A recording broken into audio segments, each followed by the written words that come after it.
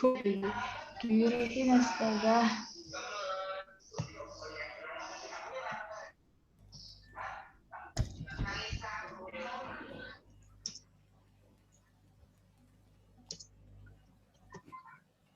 Yes.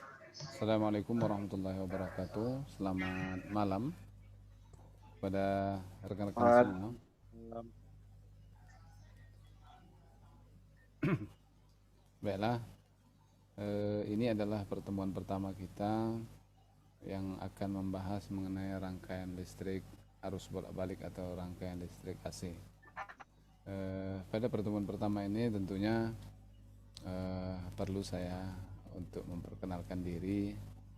Yang pertama, kita bersyukur kepada Allah Subhanahu wa taala bahwa pada kesempatan malam hari ini kita semua dalam keadaan sehat walafiat untuk sama-sama kita berjumpa di ruang Zoom ini dalam pembelajaran atau perkuliahan mengenai rangkaian listrik.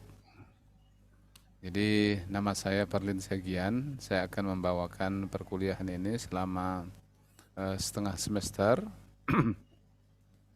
yang nantinya kita lebih banyak membahas mengenai rumus-rumus mungkin, kemudian juga pembahasan-pembahasan secara mendasar mengenai rangkaian listrik arus bolak-balik. Tentunya dasar daripada pembahasan mengenai rangkaian listrik arus bolak-balik ini adalah rangkaian listrik arus searah. Sebenarnya tidak jauh berbeda dengan rangkaian listrik arus searah.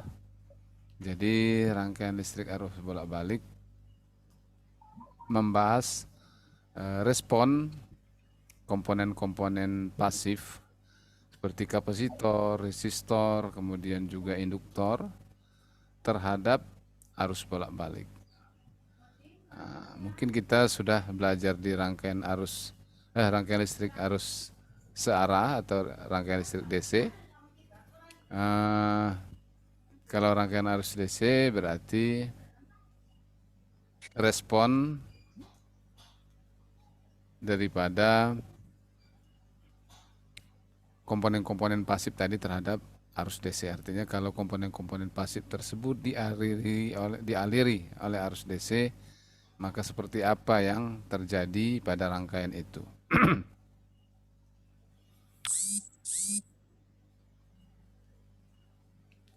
Kini kita belajar mengenai rangkaian listrik arus bolak-balik. Jadi pada dasarnya apa perbedaan antara arus listrik searah dengan bolak-balik? Ada yang bisa menjawab? Sekedar review, apa perbedaan arus bolak-balik dengan arus searah?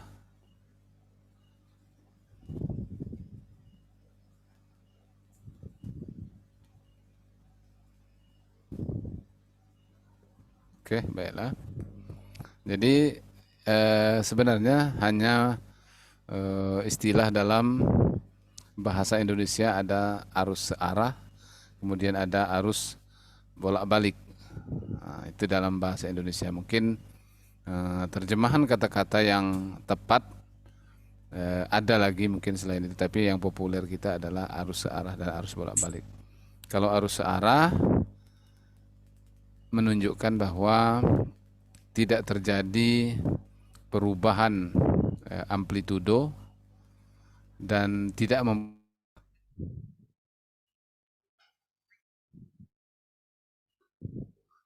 Oke, mohon maaf tadi karena jaringan saya yang terputus. Kesalahan bukan pada pesawat televisi Anda, tapi pada jaringan saya. Mana tadi? Oh. Nah, tadi saya sudah mereview mengenai arus bolak-balik dan arus searah. Jadi kalau arus searah itu tidak mempunyai frekuensi. Besarannya tetap, bisa juga berubah, tetapi tidak terjadi perubahan amplitudo dari negatif ke positif. Kemudian kalau bolak-balik atau alternating current, maka besaran amplitudonya berubah dan mengalami periodisasi atau mempunyai frekuensi yang nilainya kadang negatif, kadang positif, dan kadang nol. Nah, kalau Anda memahami mengenai eh, apa penghasil atau generator daripada arus searah dan arus bolak-balik, itu akan lebih mudah. Jadi kalau arus searah, generatornya itu berupa baterai, contohnya baterai, kemudian juga panel surya, kemudian apa lagi? Jadi kalau baterai itu hanya mengalirkan arus dari uh, kepala baterai yang positif ke yang negatif. Nah, jadi yang di dalamnya itu adalah muatan yang terjadi dari uh, air asam yang mempunyai ion-ion positif H+, sehingga terus dia akan mengalir dari kutub positif ke negatif, positif ke negatif, positif negatif. Kalau arus bolak-balik, kalau kita ketahui bahwa generatornya terjadi dari tegangan yang dihasilkan oleh oleh penghantar, sebuah penghantar yang bergerak dalam medan magnet.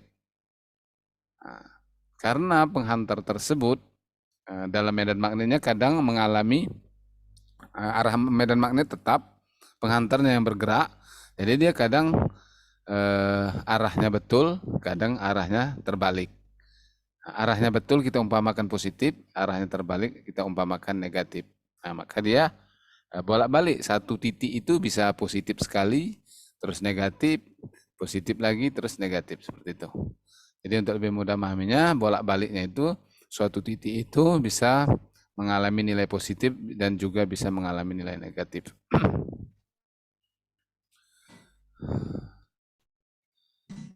Oke, kita tidak perlu banyak terlalu lama membahas di situ. Sekarang kita masuk ke rangkaian listrik AC. Jadi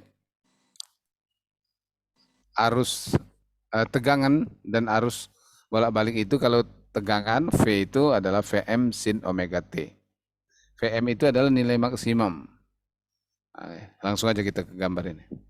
Nah, gambar ini kita lihat, ini katakanlah yang warna hijau adalah tegangan, maka tegangan pada setiap saat di garis hijau ini, di kurva hijau ini, itu rumusnya adalah Vm sin omega T. Yang berarti bahwa nilai omega itu tetap, tetapi dia tergantung dengan T. T itu waktu berjalan. Jadi pada ini kan sumbu ke kanan ini adalah omega T. Jadi setiap omega T, nilai omega T yang berbeda, maka nilai VT juga berbeda. Begitu juga dengan IT. Kenapa ada simbol T ini? Berarti I pada saat T. Nah, dia akan berubah menurut fungsi sinusoidal seperti ini. Jadi di mana titiknya, maka dia mengikuti daripada nilainya akan berubah-ubah. Ini rumusannya Vm sin omega T, I sama I sin omega T. Oke, mungkin kita semua sudah tahu. Sekarang kita masuk bahwa VT itu adalah bisa juga Vm sin omega T ditambah Pi.